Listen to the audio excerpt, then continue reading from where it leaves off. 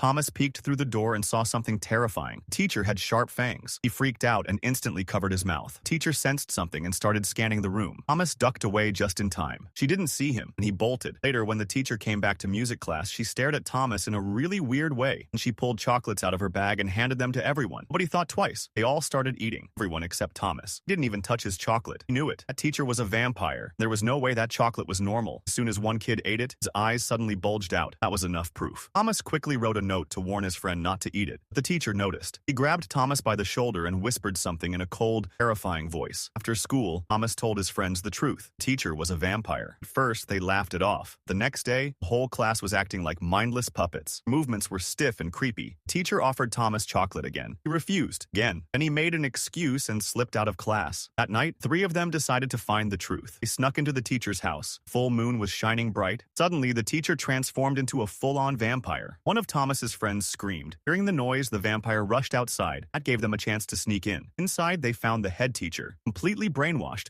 moving like a puppet. Then the vampire teacher came back. They all hid behind a couch, barely breathing. She grabbed Thomas's friend. He opened her mouth. Her tongue stretched out freakishly long. She started licking his face. Then, church bells started ringing. The vampire screamed in pain, clutching her head and dropping to the floor. That was their chance. All 3 of them ran. The vampire wasn't done. He cast a spell on the head teacher. The puppet-like head teacher grabbed Thomas's friend. Thomas screamed the head teacher's name as loud as he could. Suddenly, she snapped out of it. All 3 escaped.